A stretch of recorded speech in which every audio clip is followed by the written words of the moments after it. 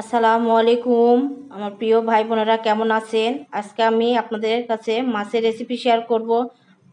হাতে মাখিয়ে কিভাবে মাছ রান্না করি আমি আপনাদের কাছে শেয়ার করছি। নতুন ভাই বোনেরা, এখানে মাছ নিয়েছি আর কিছু যেগুলো ধনার গুঁড়া, জিরার গুঁড়া, গরম মশলার গুঁড়া, এগুলো আবার গোটা গোটা আমি নিয়েছি।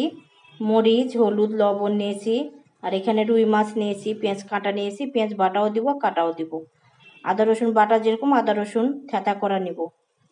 এখানে সব আপনাদেরকে দেখাচ্ছি। ডবল ডবল মশলা আছে, এখানে বাটা আছে, থেঁতা করাও আছে। যেরকম আদা রসুন বাটাও দিব, আদা থেঁতা দিব, রসুনও থেঁতা দিব। আর এখানে নিয়েছি টমেটো, মরিচ, আর এখানে পেঁয়াজ বাটা আছে, মরিচ বেটে আমি পেঁয়াজ বেটে নিয়েছি। মরিচ বাটা দিব, গোটা জিরা, গরম মশলা, দারচিনি, এলাচ, গোলমরিচ, লং, এগুলো গোটা দিয়েছি। আর মাছটা দেখুন আমি রেখে দিলাম। মশলাগুলো যেগুলো নিয়েছি ওগুলো আমি ভালো করে মেখে নেব। অনেকক্ষণ ধরে মাখাতে হবে। তেল দিয়ে দিতে হবে পরিমাণ মতন, যতটুকু খাবেন আপনারা তেলটা কম বেশি করে দিবেন। আর বারবার করে বলছি, মাছটা আমি হাতে মাখিয়ে রান্না করছি, আপনাদের কাছে শেয়ার করেছি। প্রিয় ভাই বোনেরা, এখানে কাঁচা মাছ আমি মাখিয়ে রান্না করব। পুরা রান্নাটা আপনাদেরকে দেখিয়ে দিব, কি কি দিব বা কি কি দিচ্ছি দেখিয়ে দিব, বলেও দিব। আমি আদা রসুন বাটা দিয়েছি, আদা রসুন থেঁতা করে দিয়েছি। এখানে মশলাটা আমি মাখিয়ে নিচ্ছি। নাও হয়ে গেছে, আমি এখানে মাছটা দিয়ে দিলাম। মাছটা দিয়ে আর পেঁয়াজ বাটাটা দিয়ে মাখিয়ে নিব ভালো করে, অনেকক্ষণ ধরে মাখাতে হবে। যেটা বলছিলাম, আদা বাটা, রসুন বাটা দিয়েছি, রসুন থেঁতা করা, আদা থেঁতা করাও দিয়েছি, বাটাও দিয়েছি, থেঁতা করাও দিয়েছি। গরম মশলা গোটা দিয়েছি, গুঁড়াও দিয়েছি গরম মশলাটা। এখানে মাছটা আমি ভালো করে মেখে নিচ্ছি, দেখতে পাচ্ছেন। আমি আপনাদেরকে দেখিয়ে দিয়েছি, আবার বলে দিচ্ছি, যেটা যেটা দিব সেটা সেটা বলে দিব, দেখিয়ে দিব। মাছ আমি ভালো করে মাখানো হয়ে গেছে। আর মাছে কিছু ডিম ছিল, ওটাও দিয়েছি। হাত ধুয়ে পানি দিয়ে দিব একবারে, আর কোনো পানি দিব না। পানি দিয়ে দিলাম, দেখতে পাচ্ছেন। যেটা যেটা দিব ওটা দেখিয়ে দেবো আপনাদেরকে।